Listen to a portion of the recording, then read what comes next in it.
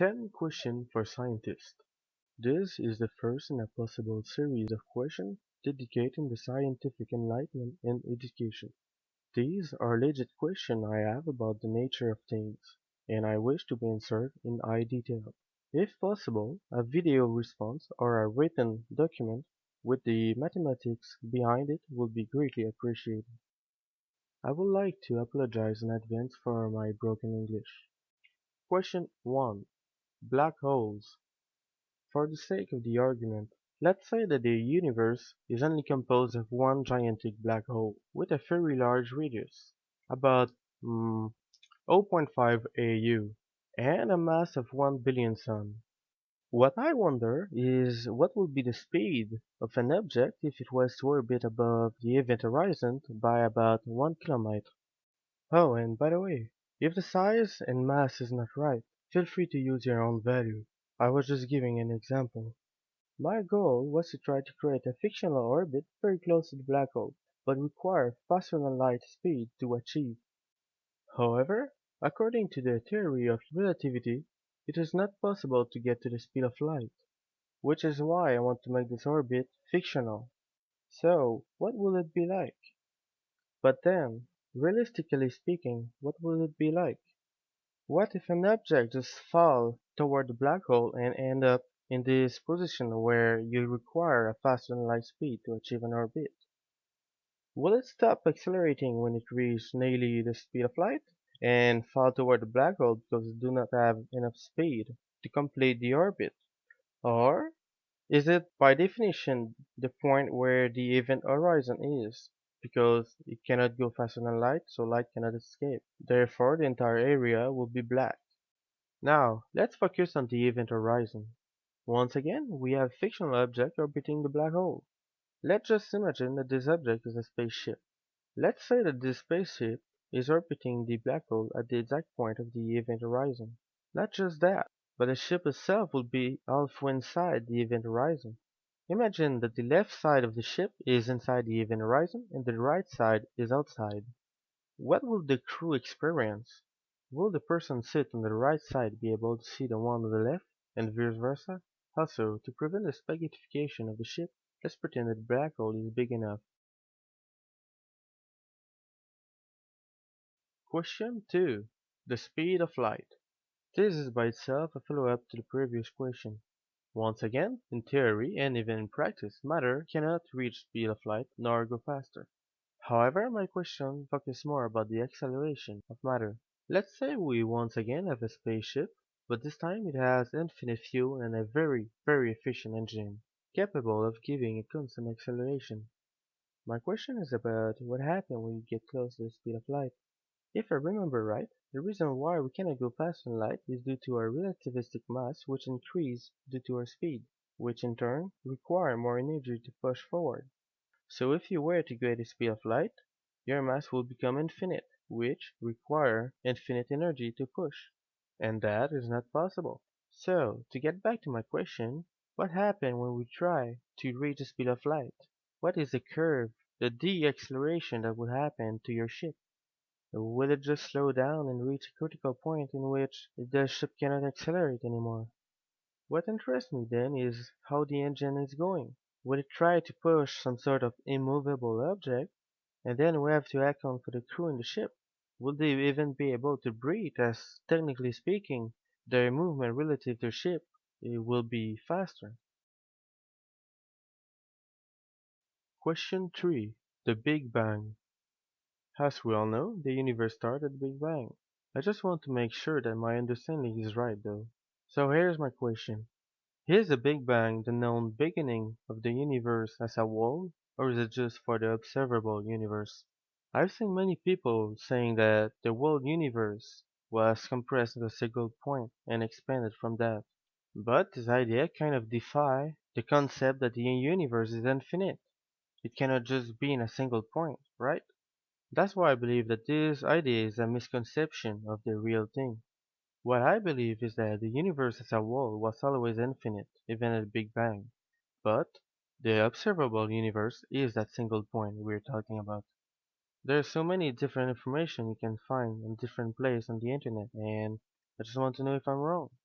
If I end up being wrong, then my question will be about how can a finite space such as the singularity at the beginning of the Big Bang can create infinite space. Question 4. Entropy in the universe. This is once again more like a follow-up for my previous question. My wonder is how the laws of thermodynamics applies when we deal with a universe that is infinite in size, especially when we deal with the entropy. If the universe was not infinite, then it would be easier to deal with the borders and define its specific size so we can deal with it as being a closed system. But then, how does the entropy work in an infinite universe? If the universe is infinite, does it mean that it is possible to have infinite usable energy? If so, how can it be affected by entropy? How can the entropy increase if there is a possible infinite usable energy? Question 5. The vacuumception. Okay, so just to make my point straight, it's not supposed to be anything practical. However, I just want to know. I believe that everyone is used to the concept of the homemade vacuum. So my question is more about curiosity than anything else. It has to do with the efficiency and the structure of the vacuum itself. If I remember right, the limit of Mud's vacuum is due to its materials. Usually the cheap materials end up being crushed by the Earth's atmosphere when we evacuate too much air from it. So my question is, can you have a smaller vacuum inside a big one? The concept is to reduce the stress load on the vacuum inside in order to push its limit further by creating a small vacuum around it. For instance, let's say I was to reduce by 90% the pressure inside the big vacuum. Then, the small inside could be used to reach an even lower pressure, which would be far beyond its limit. That's because it's already in a vacuum, thus it is not subject to the stress by the atmosphere. I do understand that it might not have any scientific value, but can it be done for cheap?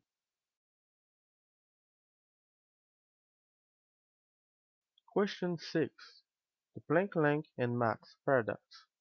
I just want to clear things up. It might not be a paradox per se, but you will understand. I'm very interested when it comes to mathematics and physics, but there was some question I never had answer to. For instance, if the Planck length is actually real and is the physical limit to our current understanding of physics, then what's the point to have extremely long repeating decimal or periodic or irrational numbers? For instance, pi, or the square root of 2. Since the Planck length is about 1.6 times 10 to the minus 35 meters, is there then any good reason to keep this number so big? If the Planck length is the limit, then there's no reason to try to be more precise than that. And that's why I call it a paradox. Question 7. Simulated Universe Paradox. There is an interesting hypothesis saying that our universe might be entirely simulated. One good example of such thing would be like the movies The Matrix. Many people seem to want to prove this idea using the current laws of physics. There's where I get a problem with that. I believe it just cannot be done. If we are within a simulated universe, then I believe that everything, including our laws of physics, are made up by this simulation.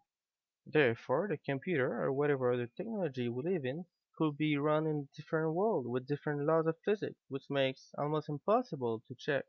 A good example of that would be like if you were trying to make your own simulation, in which you could create your own laws of physics, which could be totally different from what we have here. If so, then we cannot use our understanding of physics in order to prove the idea valid or even possible. I've addressed this point because I've seen some people trying to prove this hypothesis by using our laws of physics as a standpoint. For instance, if you were to find the last digit of pi or the square root of 2, according to our laws of physics, it's impossible to have infinite memory in a computer, so there must be a limited numbers of information. Hence the reason why some people expect to find the last digit of pi or even the square root of 2. But then, just like what I said, it will only apply if that said computer runs within our laws of physics. But in the end, who knows? It can get even more complicated than that if you go with the idea that this computer that simulates our universe could be part of a simulation by itself, which is a part of another simulation, a part of another simulation, and it goes on forever. That's the reason why I called it a paradox. Question 8. Dark energy. Dark energy is a pretty interesting subject. Unfortunately, there's so little information we have about it. From what I understand, this is the force that drives the rapid expansion of the universe. What I wonder though is if this energy is actually carrying any information, or if entropy can affect it. I understand that we cannot directly observe it, but we just see the effect it has over the galaxy. And that's why I wonder if it carries any information, or if it can change over time due to entropy. Question 9. The expansion of the universe. The universe is expanding and it is accelerating. But I have some question about that. How do we calculate the expansion and the fact that it is accelerating? I understand that we have the redshift, the galaxies, that shows they are moving away.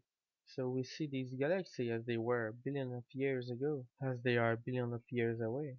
So my question is this expansion the same age of what we see? Is it possible that the expansion maybe have stopped at, let's say, a million years ago, but we just don't see it because these galaxies are so far away, they are still looking like they're going away for us.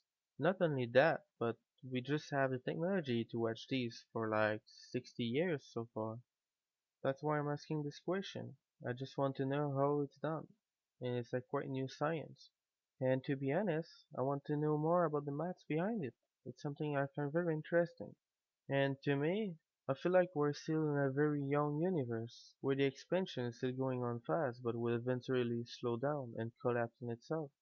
The way I see it is simple. Imagine blowing up a stick of TNT and posing it a fraction of a second after it explodes. If you look at the expansion of the gas, it sure looks like it's expanding. Maybe we're just there. It's possible that my view is biased because of the big crunch scenario. I consider myself open-minded though. I wish I can learn more. And finally, the final question. Nuke Jupiter. I believe we are all familiar with the concept of a nuclear fusion. It is powering the sun and of course the fusion bomb. What I wonder is what will happen if we were to drop a super strong nuclear fusion bomb in Jupiter's atmosphere. I ask that because Jupiter is mostly composed of hydrogen. It's technically a failed star by itself. What I wonder is what exactly will happen if we drop an H-bomb right in Jupiter's atmosphere. I know for a fact that Jupiter is very big, so it might not do much. However, I want to know if the explosion will be stronger than what we will see on Earth or in space. Because Jupiter is technically hydrogen, so there will be more to fuse, and maybe making a bigger explosion. If we don't have enough firepower to make anything interesting, what kind of bomb should we drop to make anything visible from the Earth? Also another thing, what if you drop an entire planet, let's say the size of the Earth or something like that? The impact. What will happen? Roche limit or not? Will there be enough energy transfer in a planetary collision with Jupiter in order to create some fusion? Thank you for watching this video. I hope you like it.